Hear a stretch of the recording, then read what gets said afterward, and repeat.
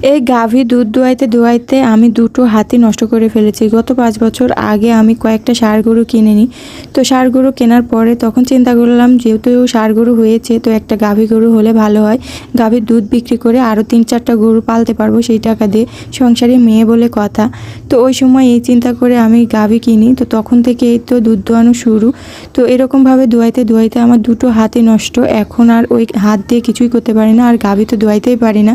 তবে মাঝে মধ্যে আসতে হয়, যেমন কালকে আপনাদের ভাইয়া চলে গিয়েছে পঞ্চগড় কাজের ক্ষেত্রে। তো আজকেই চলে আসবে, কিন্তু দোয়ানোর সময় হয়ে গিয়েছে, এখনও বাড়িতে আসতে পারিনি। তো তার জন্য আজকে বাধ্য হয়ে আসতে হয়েছে। তো হাত দুটো যে কী অবস্থা হবে জানি না। গাভী দোয়ানোর পরে আমি এই 2 হাত দিয়ে কোনো কাজই করতে পারি না। তো যাই হোক, কিছু করার নেই, কিছু কিছু ক্ষেত্রে করতেই হয়, কারণ সংসার বলে কথা। তো দেখো আমার দোয়ানো শেষ। তো এই তো হাতের অবস্থা আমার। তো এই হাত নিয়ে আর তেমন কোনো কাজই করতে পারি না।